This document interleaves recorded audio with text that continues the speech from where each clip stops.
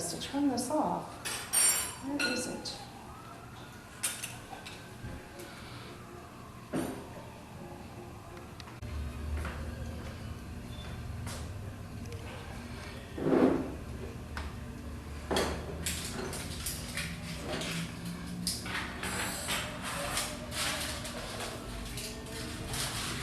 And Shara, his wife and backbone. I just want to thank them because they are so supportive of the museum and our local history. Shara is an ex-secretary of ours, and she has put together, if you come during the week, notebooks and notebooks of phenomenal pictures based on different topics of Indian Rock's Beach that are just fascinating to look at. She's compiled all these things, she's digitized, and she's done a phenomenal job.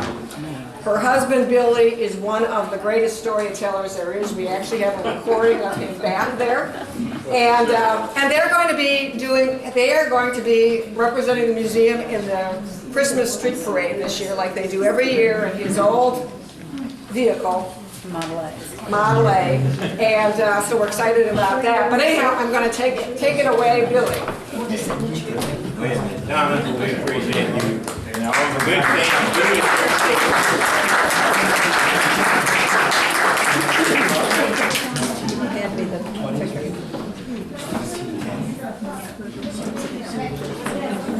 Okay, 1941 to 45 were the most significant time period in Indian Rocks. For that matter, anywhere in this country. So we're going to talk about just Indian Rocks and the associated areas because Tampa and St. Pete and Clearwater all are part of it. We've got plenty to talk about on Indian Rocks, but it would include all of these other things too.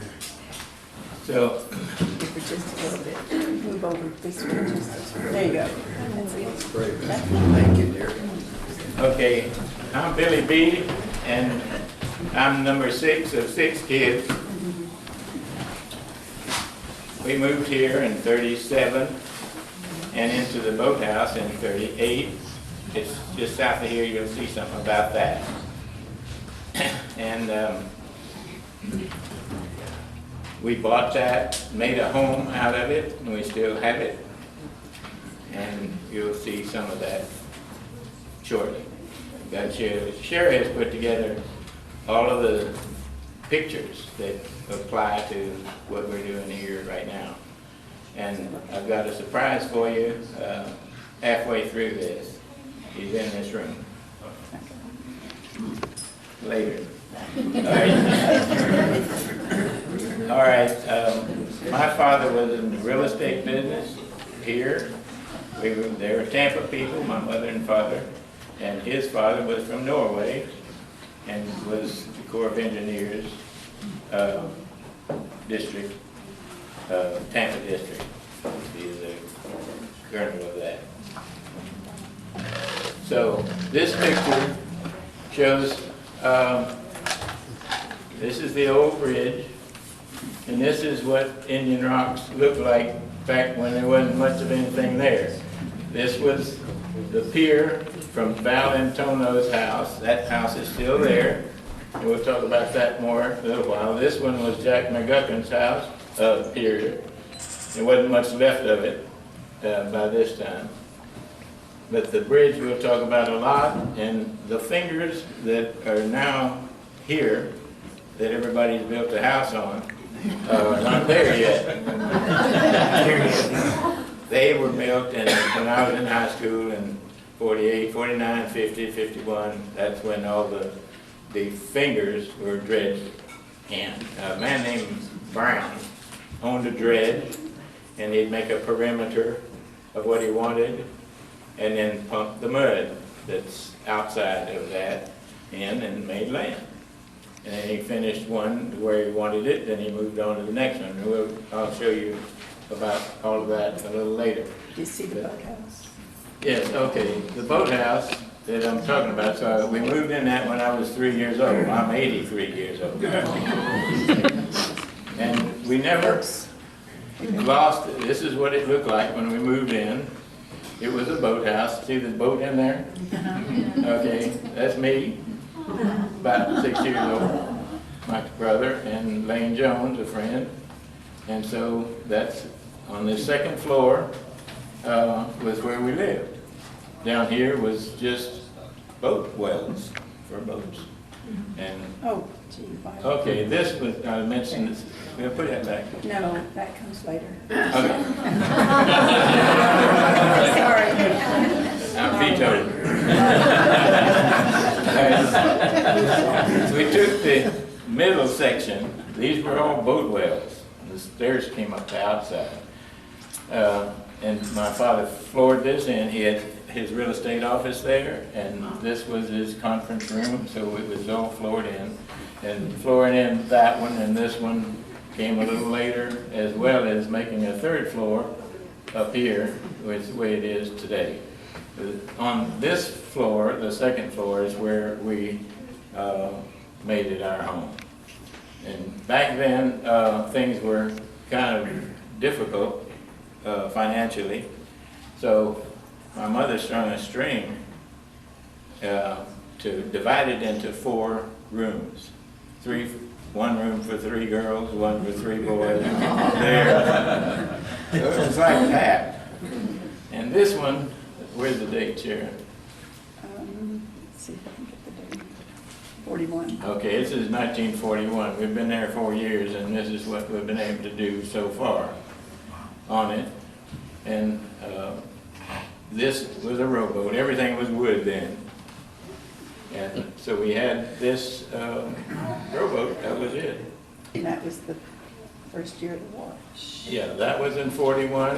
It's when the Japanese, and a couple of days later the Germans, and a couple of days later the Italians, all 3 of them declared war on us. So we had a big problem here that we weren't ready for.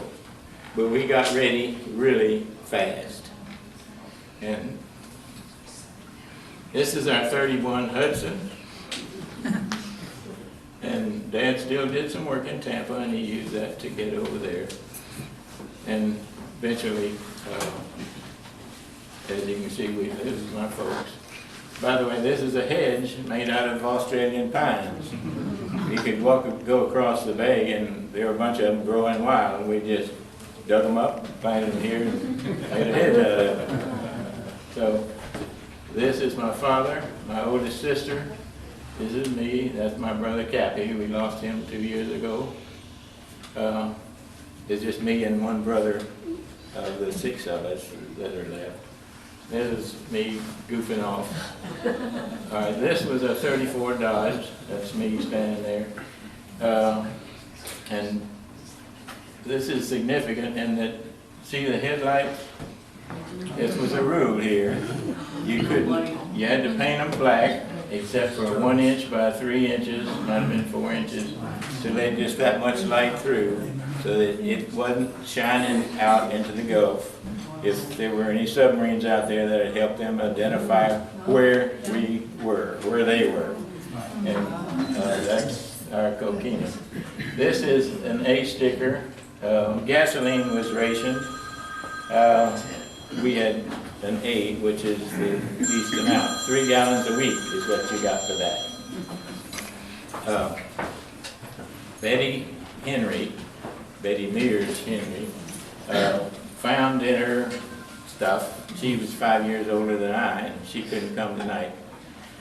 She was out of town. But she gave us these to the boat, and these were a book of stamps. You had stamps for meat, stamps for butter, stamps for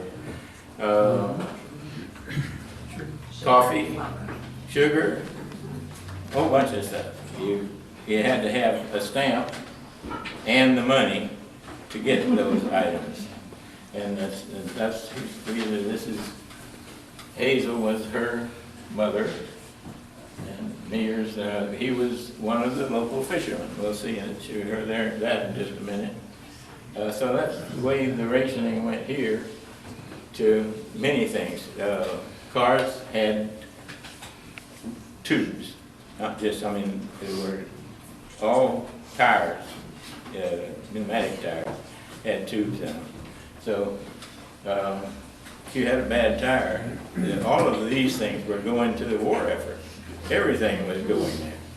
And so if you had a bad tire, you'd do something, put patches on the inside and the outside, and then there was a 35-mile-an-hour speed limit so that you would not waste gasoline going fast, I guess. So this is a Nona school. This is significant, and that almost everybody that went to Nona came from the beach area. There was a few people from living on the mainland that went there, but here you had 2 rooms. I was in the 1st grade in 1940 in 1 room with 1 teacher, 1st, 2nd, and 3rd grade in that room. And then when I graduated from 3rd grade, we went into the other room. It had a folding wall, and there was 1 more teacher in there, Q. Coyle, and that was 4th, 5th, and 6th grade. 2 rows of each. So when you graduated from 5th and 6th grade, you moved over a row or 2. Okay, those were here. This was the auditorium. We had shows in there, and that was our cafeteria also, and the kitchen also. This is Mrs. Morris, my grammar school. She was 1st, 2nd, and 3rd grade. That's me. This is Lila Peterson. She was going to be here, but I'll show you a little about her anyway. She was a 2nd grader, but she was 6 months older than I. So she was 1 row old. And this is her little brother Gilbert. And I know every one of those people. This is me again. This is about 3rd grade. That's Gilbert again. And You're getting big. yeah. Now, May Day at that school, we had what we called a maypole dance. It was a pole, and we practiced it with ropes there, but these are the prettier ribbons, and you have every other person is a male, female, so forth. So some of the things they did, that the males would stay out, the girls in, and they would go in opposite directions, winding it around here, and then they'd go in and out, and made it a pretty thing to do. Circus or that lady. So, oh yeah, I'd have to, Ken Sherry told me not to do this, but as you can see, I'm a city slicker here. Coat and tie and bare feet. All right, here's the war effort. Okay, the war effort, we had the garden. The garden is, every student had a row of about 15 feet long and they raised carrots and lettuce and string beans and a bunch of stuff. And each student, they watered it and weeded their own garden, and they took those things and fed them to us in their cafeteria, and what was left, they sold it on the street to whoever wanted some. Okay, I'm in here somewhere. Over to the right, in the front. Right Yep, there. that's it. By the way, Sherry and I looked through this with a magnifying glass, and we identified everybody. That just shows you every child was participating in the war effort. That's what you have to get out of that. Okay, there's Miss Morris and Mr. Coyle somewhere out here. Okay, next picture. Okay, this, we had 2 teams to collect junk, any kind of metal junk. And the idea is that we had a pile as big as 2 cars, and another pile to see who could get the biggest pile of junk. And here, that's me standing on one of the piles of junk. This is Lila. They came in a truck, hauled it away to be melted down and made into whatever you make it out of. So that was what we were doing. This is the east end of the approach to the old bridge. These are my 3 sisters, all gone. That was taken when it was, Sarah? Okay, we'll talk more about the bridge in a minute. This little house right here belonged to Cap Ransom, who was the father of the fisherman, and there were 3 or 4 of them here. And this was a drugstore, and back there is a trailer park. It's still there, by the way. And this boat was called a Nushka, and it was a river boat, and the owner of it had it brought there. He didn't have any engines in it. He just made a place for it, and he think he was going to rent places to stay in it, I guess. But what the man that did rent space in it was a friend, and he had 2 outboard motors, one big 5 horsepower. And then he had a 3/4 of 1 horsepower Montgomery Ward motor.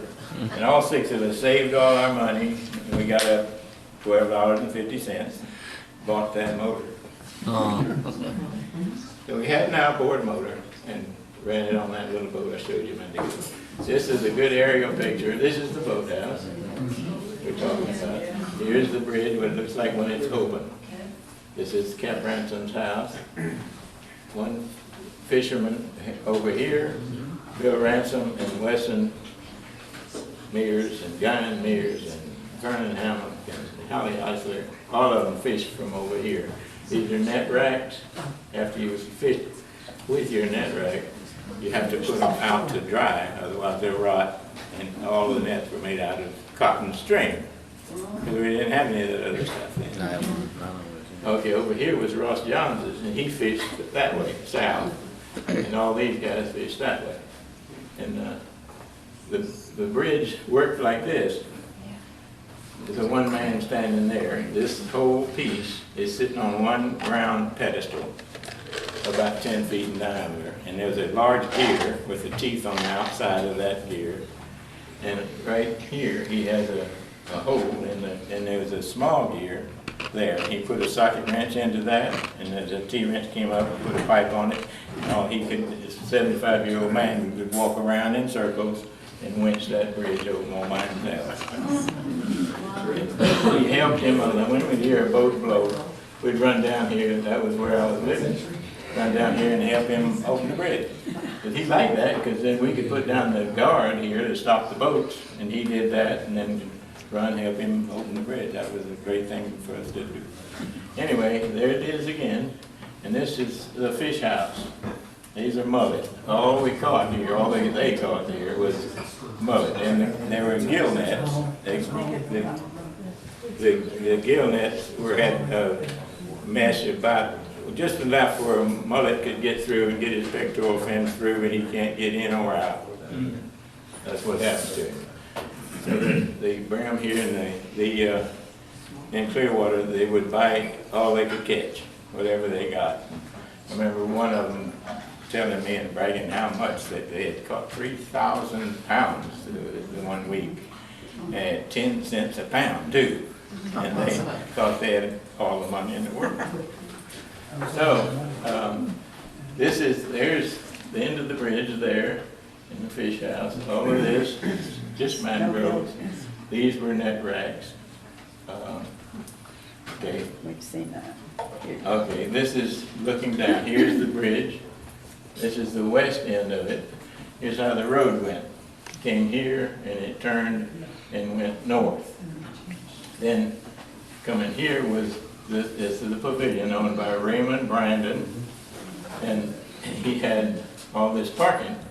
And what he did, people in Tampa and wherever that didn't have beach access would come over and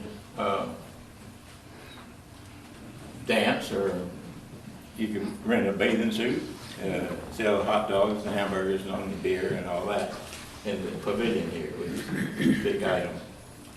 The road goes straight here down beyond, down on the edge of the beach. It came this way for about 3/4 of a mile, and then it ducked back up here, up and went south. And eventually, they did buy some of his parking lot and made the road go straight through, not duck down. be a picture in a minute showing, see a lot of people out there. Post These are all Australian pines. This is a water tank, so it captures rainwater and probably had a pump too, and that's so that people that came over and they'd rent a lock box for their clothes and change their clothes, and they could take a shower and put their clothes back on, and they would the water for that. The post office building go north and Okay. in the lot. All right, here is the significance of this. This is C.B. Brandon's grocery store. And in this corner, the southeast corner, was a room about 10 feet square, and that was the post office. And you could buy penny postcards with it already penny, or you could go buy other people's postcards and buy a 1-cent stamp and stick it on there. And the regular stamp was 3 cents. Okay, this lot, I'll be back to this in a minute. This lot is about 6 or 8 acres, and the Army made lots of trips over here in a convoy of trucks. A truck would hold 20 at least soldiers, and they did for many things going on to the north. And I'm not sure if ever had rifle qualifications and a lot of things that they never told us were going on up there. And of course the gunnery range, we'll get to that. But in this grocery store, remember now, I'm 10 years old, the bubble gum was individually wrapped and they were a penny a piece. And candy bars were Hershey bars, Milky Ways, Baby Ruths, Mountain bars, and they were all a nickel a piece. And the drinks you could buy are Cokes, Pepsis, and RC Colas. Pepsi was a 12-ounce bottle, Coke was a 6-ounce bottle. And so there was a 2-cent deposit on every bottle. So if you didn't take them back, you didn't even get your 2 cents back. But people would, if they bought a 6-pack, then when they wanted another one, they brought the old bottles back, got credit for them. So that's the way that worked. Gasoline, there's a pump right there. Oh, I haven't finished with this yet. Okay. A large group of soldiers came and bivouacked you for at least a week. And what they were doing, radar, everybody knows what radar is? Well, it was new then. And they were teaching them how to set it up and to use it and work it here. And they were, I guess, teaching a whole different teams of how to use their equipment. And when they were finished, they had a big steak cookout. And we knew a bunch of them just because we were there, you know. We got to know quite a few of them. And they were packing up and all, and the guy in the kitchen, he said, "Come here." And he handed me a big steak.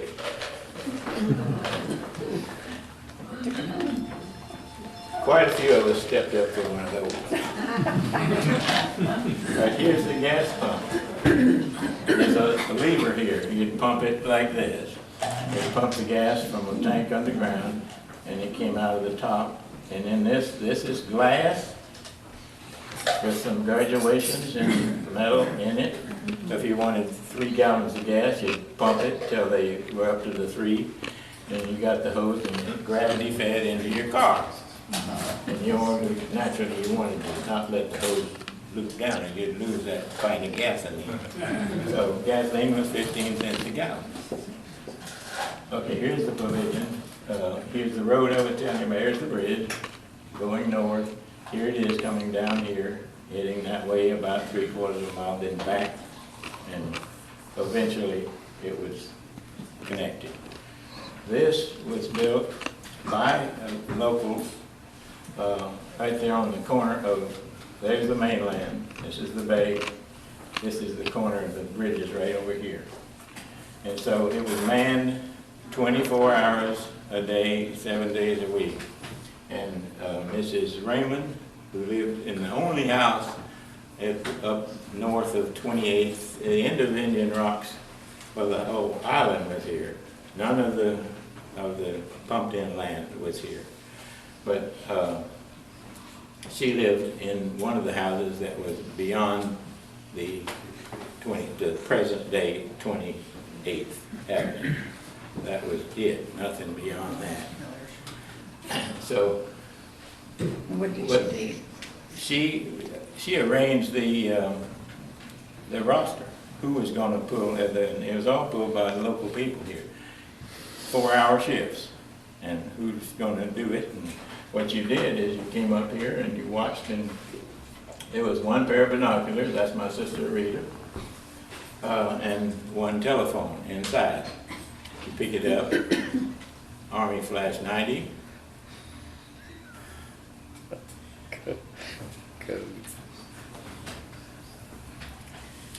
That connected you to MacDill. MacDill is the same place it was then. But its main base was, its main purpose was to train B-26 pilots. B-26 is a twin-engine bomber. You see that in a minute. Okay, so you report what you saw, how many planes going in what direction, and they were keeping track of all of that at MacDill, keeping track of all of the planes that were being seen by that location. This is the Valentono house, which is still there. That picture of a pier a minute ago that I didn't get to show you. It's out of order, sorry. It was belonged to this house, Val's Pier. It was a really nice pier. And the Coast Guard rented this, and they had a contingent of sailors there. They would, every evening, they'd leave 2 of them going this way. This is north, that's south. By the way, Indian Rocks was just, nobody, this wasn't in the book anywhere, but we had the North Shore and the South Shore, and the bridge was the dividing line. South Shore, you meant south of that bridge. Okay. Anyway, they had 2 men going that way, and then a Jeep that took some even farther. They covered from Madeira down that way, all the way to the pass up this way. And they were carrying a Thompson machine gun.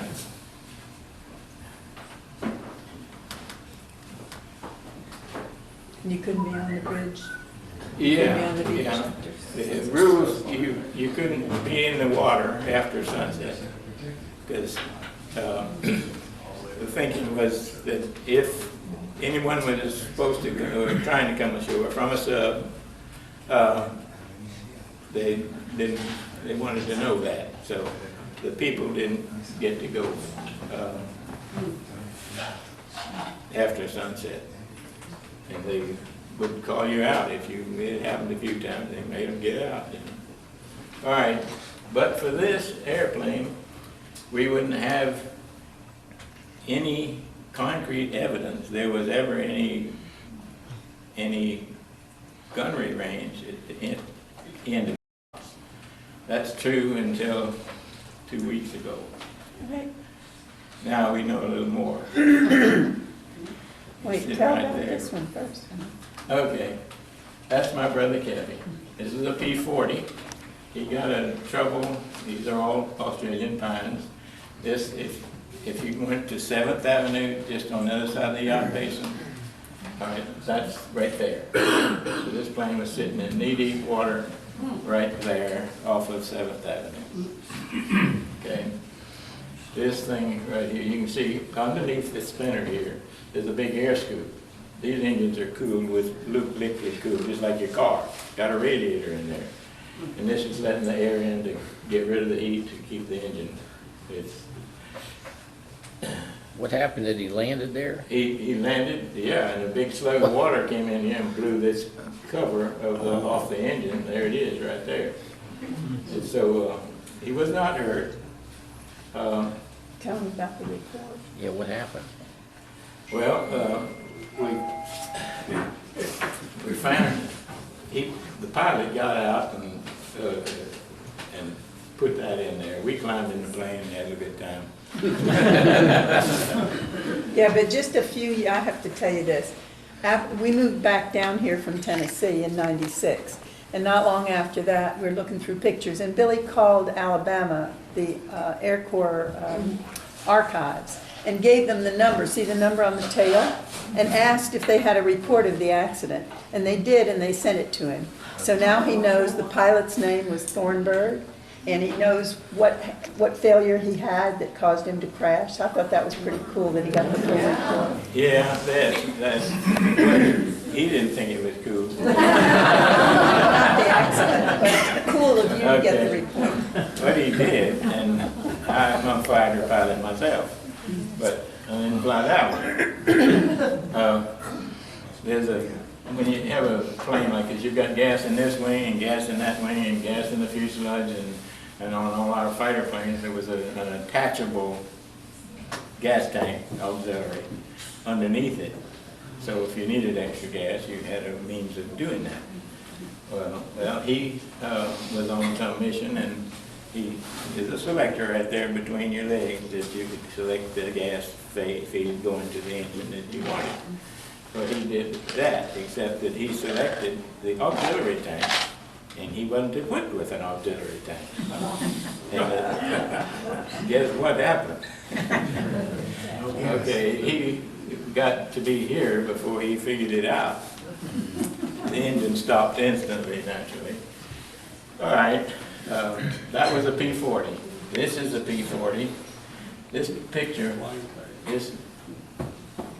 these belonged to Lila, I showed her a minute ago. She had them. That's a P-51.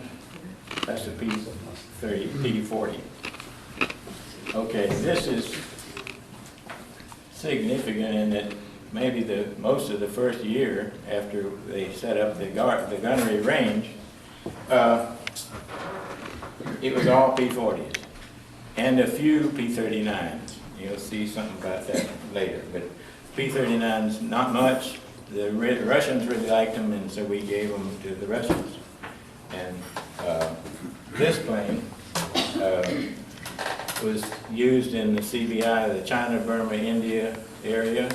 There were a lot of Japs down there, and they used P-40s, and because once this one was available, this is a much better fighter than that one. Then these went over to China, Burma, and then these were all we saw. What is that? This is a P-51. Okay, That one. okay. Okay, this plane never did do any training here, but one of the pilots was one of our ex-mayors of Indian Rocks Beach, flew that plane in the South China Sea. You know, Colonel Driscoll. Jim Driscoll. Jim Driscoll. What He was a plane is great that? friend, and we What miss is- him. What is that plane? It's a P-47. There were more than 15,000 of these built, about the same with this one and the P-40. So this is what Indian Rocks looked like. It was Sankey. Sankey, yeah, everything north of today's 28th Street, okay? House across the street, it's got a flat roof, and that was Questa's house, and that was the last one, other than Miss Raymond's house down there. Okay, these are palmettos. It's a palm that doesn't get any, it's on a stalk about that long. And if you, anywhere you find that, they all have to be taken out if you're gonna build a house. But they were everywhere. And those peat trees were regular cabbage palm. So what did they build there? Not houses. What were they building at Sand Key in the 40s? Okay. The targets. The Army Air Corps, not the Air Force, because it wasn't any Air Force then, it was the Army Air Corps, and they commandeered the end of the island from 28th Street all the way to the end of it. And they built just up off of the road, off of the beach, 6 targets. They were about 15 feet square, supported by double 2x4s, and they're on a sheet, a target painted on the sheet. And down at the end of the island, there were cabanas down there that Bellevue built for people to go out there and swim and bathe and picnic and all that. They took over all that and made all these targets. And the 6 of them were about 100 yards apart, just up off the beach. And the planes, P-40s at first, and P-51, they would come from the east, attacking these targets with the hitting west, with the bullets going harmlessly out into the Gulf. And when they did that, all the empty shells would fall out of the plane, and there's a little metal clip that holds the bullets into a belt, and that all fell out of the plane too. So me and all the rest of the kids would go up there and collect them. That was trash. They weren't going to recover any of that. It was just junk. And all of our planes these planes had 3 machine guns in each wing. They'd only load 1 for practice. So they had told them what they needed to know about learning how to shoot. You want to show them the run behind you? Okay, this is a real 50 caliber bullet. It's not no powder in it, but that's how big they are. And this has got there's no powder in it, but what we were picking up, this is the shell, the powder was. This is the part that goes. And this would pick up enough of these, hammer back together, and I had a belt 10 or 15 feet long of these things. 50 caliber is big time. If you hosing somebody with 6 of those, they're in trouble. And look at Billy. Billy, look at Jeff. Okay, yeah. Okay. All right, this is Joe Knight, father of this little fella right here. And that is a bomb that he picked up pieces of 3 or 4 of them and put them together to make that bomb. He's got that one, and he'll give it back to us when he's making pictures of it. And they made these same bombs. Well, first of all, when they dropped that bomb, it did not explode. It just stuck in the ground, and it started smoking. So they could evaluate where the pilot, is a good shot or a bad shot. Tell them about the time that the guy came out in the Jeep. You guys ever down there? Yeah. They'd shoot down there all day, and the plane would go away and a different group would come out. They would run down to fix the targets. One of those 50 calibers hitting a double 2x4 will make toothpicks out of it. So, You and Cappy were up there on the bike. Cappy and I rode our bike up there. Usually on Sunday they didn't shoot unless they got behind in weather or something. Apparently that's what happened. We rode our bike up there, and this Jeep pulls up and says, "Get off that bike." He says, "Leave it right there, get in the Jeep." So he took us to a mound of sand about 15 feet tall with a little platform on it. They had a generator and a radio. They could talk to the airplane. You're too low, you're too steep, you're too whatever, to teaching them how to shoot. They'd learned to fly somewhere else.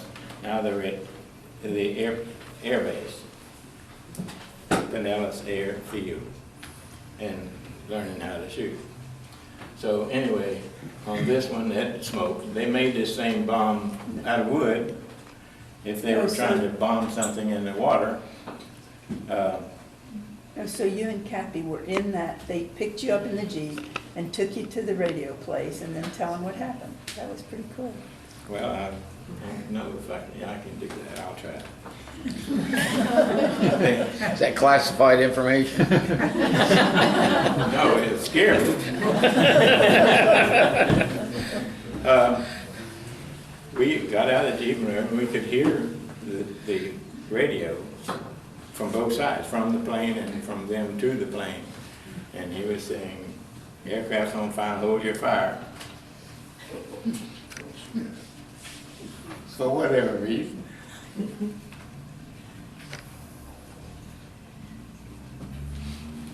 Anyway, And then one came over that didn't yeah, know that one fire. came over, cut loose with his machine gun and scared the hell out of Kathy and I.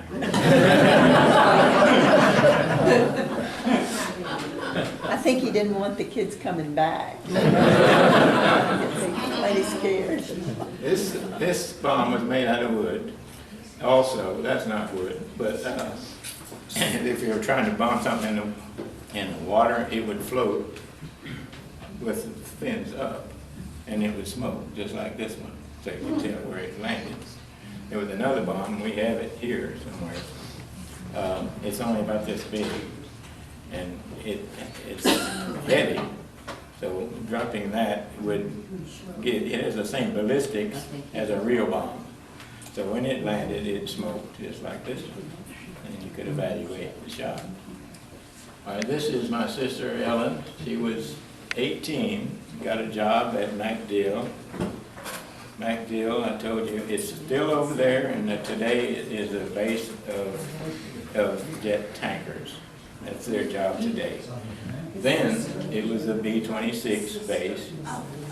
And she was, a lot of women were getting jobs in various ways. So they called them Rosie or Riveter, but she was Mechanics. a mechanic's helper. This is a B-26.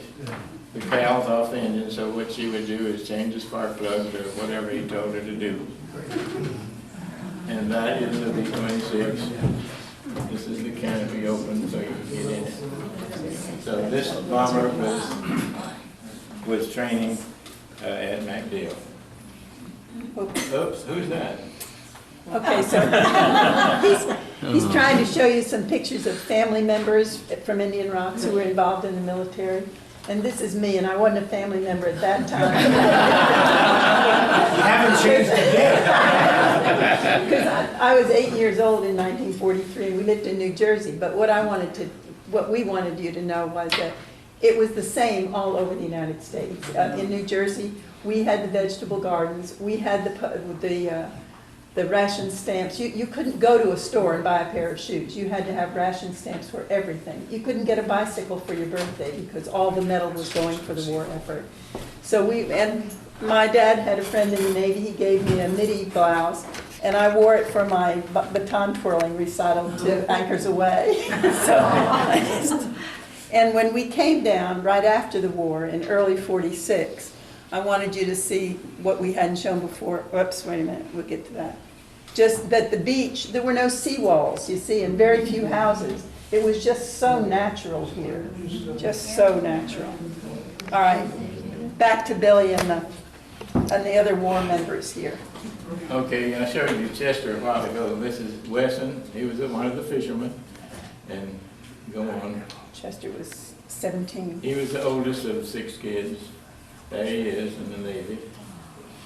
He got a Distinguished Flying Cross for doing whatever he did. I don't know that. Chester's gone. This is Betty. She furnished us with the stamps I showed you a moment ago. She's out of town. Billy May, he's the son of one of the fishermen, the May family, M-A-I, is May, is a German. This is Alan Fredrickson. He's around here somewhere. There he is. Alan. And this is Alan's little brother, and there's his dad and mother. His mother was Danish. Danish, we're all Danish. Yes. Right. So Alan lived about 24th on the beach. On that right? Yeah. Okay. This is Fred Huff. He was one of the people that served at that time. This is Fred Huff again. Oh, wow. So we See, had now you quite a have few to people. realize, when they moved here to the beach in 1938, they were the 11th family on this island. So when you see this number of military family members, you know what that did to family life here. It was rough. Okay. This is Ronnie Wilcox. He was in the Army, and he also had a drugstore. On the beach. Pharmacy, yeah. Yeah. for quite a while. And this is him later on, and he was invited to an trip of honoring soldiers in Washington. That's when he was going up there and bought him a ticket and all that. So, Okay, now Ronnie. you can tell about how, we reconnected with Ronnie because he came to the museum and then he called us to share some of his family's history with us. And in a similar way, Billy wants to tell you a story about another family. Okay, All right. that's here, Okay, yes. before I show the picture. 2 weeks ago, well, a year and a half ago, Sarah spotted an obituary in the paper, and here's a gentleman named Tom Harris. He was 100 years old, and a long article of all of the things Tom did. And one of them, but he was the commander of this base. So I find it. There you go. And this is Tom's son right here.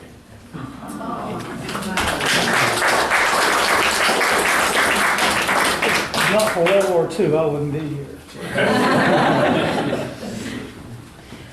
Anyway, here's the base.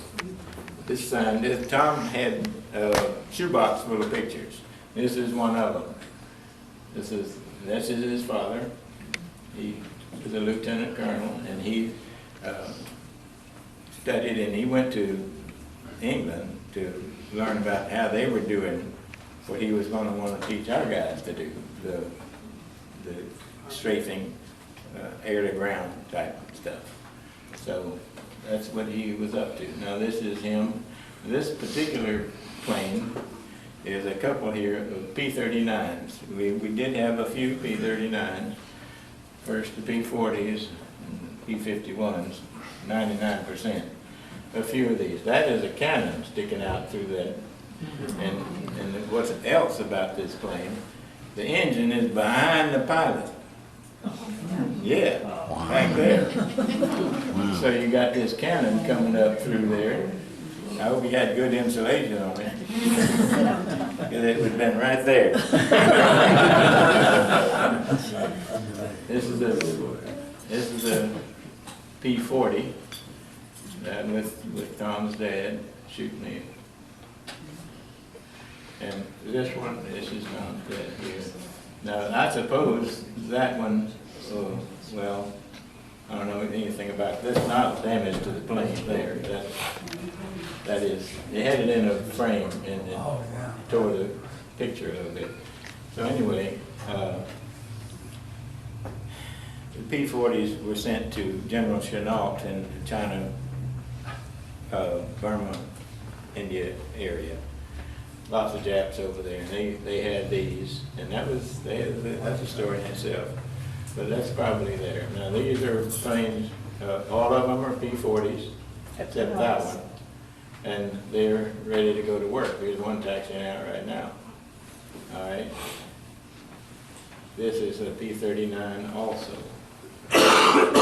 The ones, see the air scoop for cooling the engine? Look where it is. It's not up here. It's back there. The engine's back there. We didn't like that plane. The Russians loved it, so we gave it to them. And there was thousands of them built. And you see Tom Harris, isn't he the one in the hat? This is Tom. Is Third that from- right? Think that's? I'm not sure. Not sure. Did he smoke a pipe? Yeah. No, that's fine, probably. Okay. Now, next, when the P-40s were, as soon as the P-51s were finished, North American Aviation built the P-51. And as soon as we got them, there they are, found them ready to go to work, and they were over there all the time, just like before on the P-51. P-40 isn't over. So this is Tom's dad.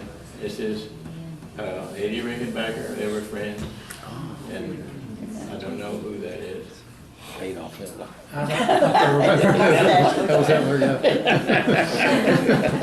Eddie Rickenbacker had a storied career, and he was a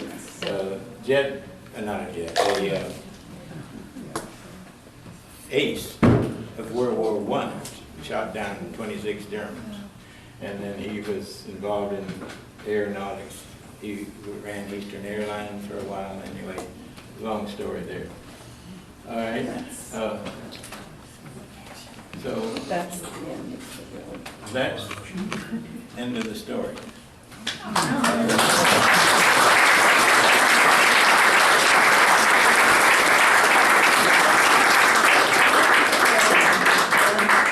These things are, you'd see these these are buy bonds and support the war effort and that sort of thing. Freedom from fear. There's the gentleman that did the poster. What was the poster name? Norman Rockwell. Norman Rockwell. Yeah, these were the things he did, buy bonds and all that. Just like now. Shara put all this together.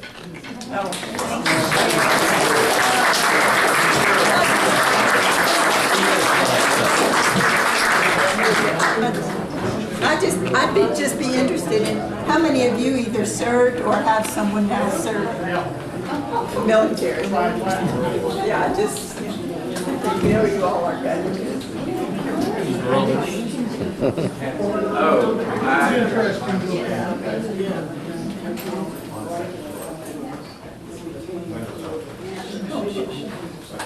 and thank you to Mickey Knight for. Oh, that's right, that's right. I got something else to say.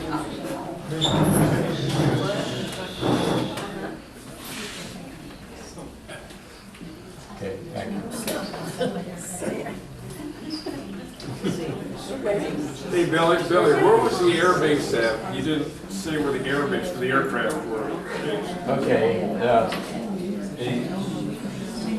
Clearwater St. Pete Airport, that's where it was. Okay.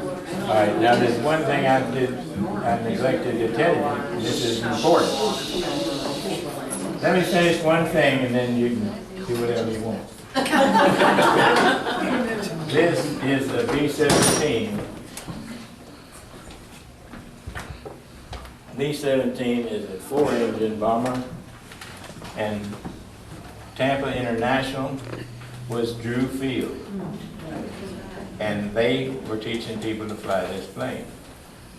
And one or more of the instructor pilots lived out at the beach with us. We knew him really well. And he was Barry Wolf, and it was his job to teach people to fly that plane. And the fighter planes were out of the Clearwater St. Pete with your dad. MacDill was the B-26 base, which is now jet refuelers. They got some new ones. And so that's bases, that's 2 in Tampa and then St. Pete. So we were being affected by all of this.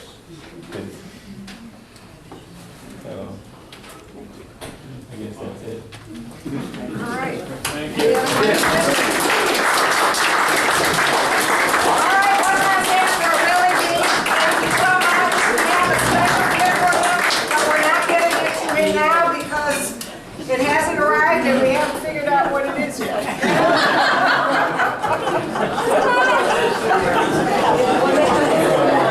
Actually, we are going to give you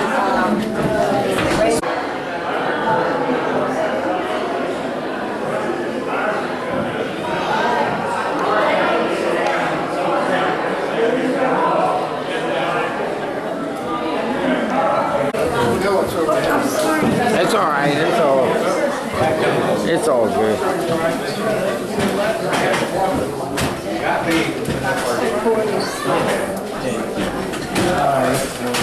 I used to be the one that took pictures here.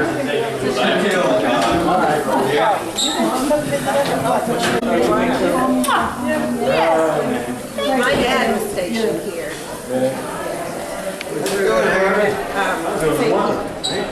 Good. You find He was navigator. okay, that's fine. And her mother was a rock. Can you believe it? Wow. Jim, what do you have to say?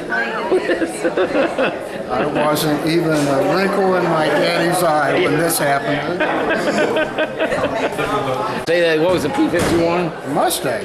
Oh, the Mustang, okay. And then which was the other names?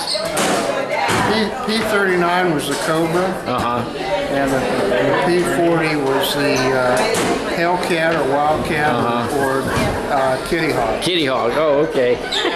That's great. Anything else? Interesting. I enjoyed that.